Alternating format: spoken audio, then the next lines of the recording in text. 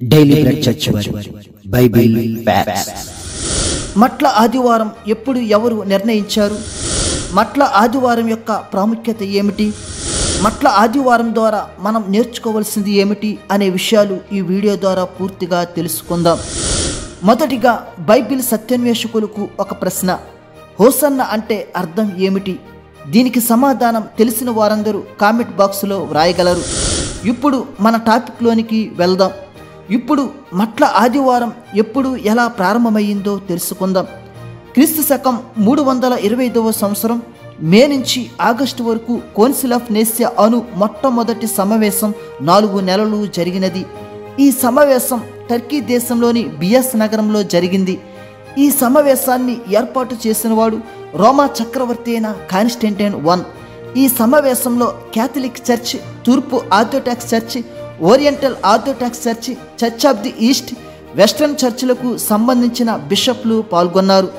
బిషప్లు సుమారు 250 నుంచి 318 మధ్యలో పాల్గొన్నారు.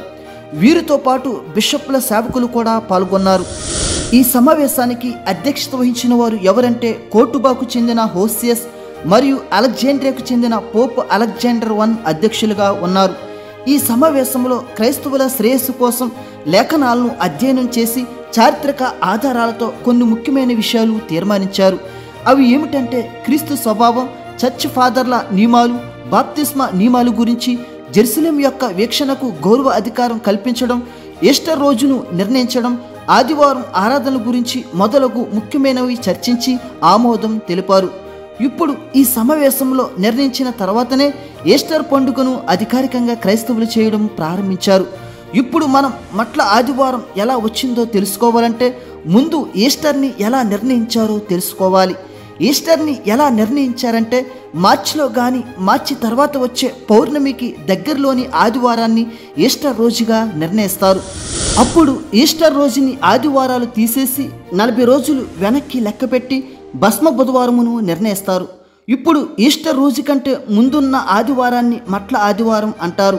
దీనినే పవిత్ర వారం అంటారు. అంటే మట్ల ఆదివారం పవిత్ర వారానికి ప్రారంభాన్ని సూచిస్తుంది. అంటే యేసుక్రీస్తు యెరూషలేములోనికి గాడిద మీద ప్రవేశించిన దినం నుంచి యేసు పునరుద్ధానమైన ఈస్టర్ రోజు వరకు కాలాన్ని పవిత్ర వారం అంటారు. ఈ పవిత్ర వారానికి ప్రారంభమే మట్ల ఆదివారం. ఎందుకంటే ఇదే రోజున యేసుక్రీస్తు గారు యెరూషలేములో గాడిద మీద ప్రవేశించినప్పుడు ప్రజలందరూ దారి పొడుగున బట్టలు పరిచి చెట్ల కొమ్మలతో దావీదు కుమ్మానికి జయము జయము అంటూ కేకలు వేస్తూ స్వాగతం పలికారు. ఇది కూడా ప్రవచన రీతిగానే యేసు చేయడం జరిగింది. జకర్యా 9వ అధ్యాయము 9వ వచనం, సియోను నివాసులారా బహుగా సంతోషించుడి, యెరూషలేము నివాసులారా ఉల్లాసముగా ఉండుడి. నీ రాజు నీతిపరుడను రక్షణ గలవాడును దీనుడనై గాడిదను గాడిద పిల్లను ఎక్కి నీ యొద్దకు వచ్చుచున్నాడు. ఈ విధంగా జకర్యా ప్రవక్త ముందుగానే ప్రవచించాడు. అలాగే అంతకంటే ముందే యెషయా ప్రవక్త కూడా ప్రవచించడం జరిగింది. యెషయా గ్రంథము 62వ అధ్యాయము 11వ వచనం, ఆలకించుడి, భూదిగంతముల వరకు యెహోవా సమాచారము ప్రకటింప చేయుచున్నాడు. ఇదిగో రక్షణ నీ యొద్దకు వచ్చుచున్నది, ఇదిగో ఆయన ఇచ్చు బహుమానము ఆయన యొద్దనే ఉన్నది, ఆయన ఇచ్చు జీతము ఆయన తీసుకుని వచ్చుచున్నాడని సియోను కుమార్తెకు తెలియచేయుడి.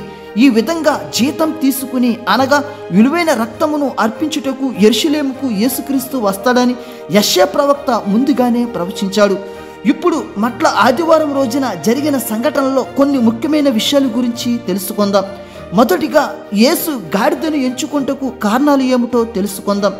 గాడిదలు పాత జంతువులు. సొలొమోను కాలం తర్వాత యూదులకు గుర్రాల జాతి వచ్చింది.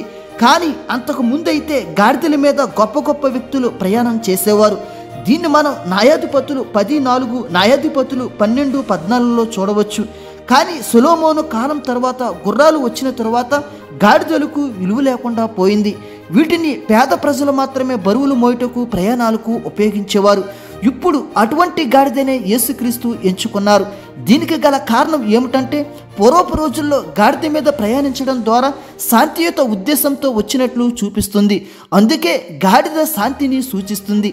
అంటే ఇప్పుడు యేసు గాడిద మీద రావడం ద్వారా తాను శాంతికి అధిపతినని గుర్తు చేశాడు.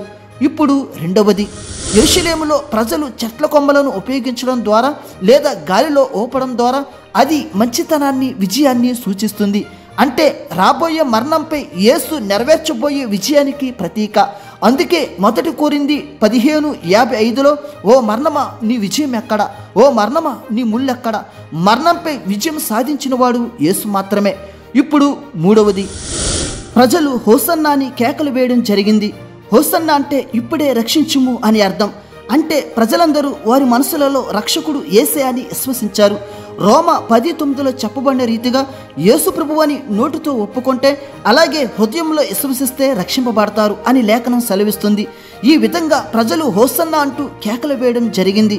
ఇప్పుడు నాలుగవది, యేసు యెరూషలేములో ప్రవేశించాక యెరూషలేమును చూచి ఏడ్చినట్లుగా లూకా 19:41-42 వచనాల్లో వ్రాయబడింది. యేసుకు అన్నీ తెలుసు. ఇప్పుడు ప్రజలు చూపించే ప్రశంసలు గౌరవం కొంతకాలమే అని తెలుసు. తరువాత వీరే నాకు ద్రోహం చేసి సిలువకు అప్పగిస్తారని తెలుసు. అయితే చెడిపోయిన వీరికి రక్షకుడు ఎంత అవసరమో అని యేసు యొక్క హృదయం విరిగిపోయింది. ఇన్ని విలువైన కార్యాలు జరిగిన మట్ల ఆదివారమును జ్ఞాపకం చేసుకోవడం మనకెంతో మంచిది. చంపేస్తారని తెలిసి కూడా యేసు చంపబడడానికి యెరూషలేములో ప్రవేశించాడు. ఇంత గొప్ప త్యాగమును జ్ఞాపకం చేసుకోవడం ద్వారా మనలో ఆత్మీయత బలపడుతుంది. దేవుడు మిమ్ములను మీ కుటుంబములను దీవించునుగాక.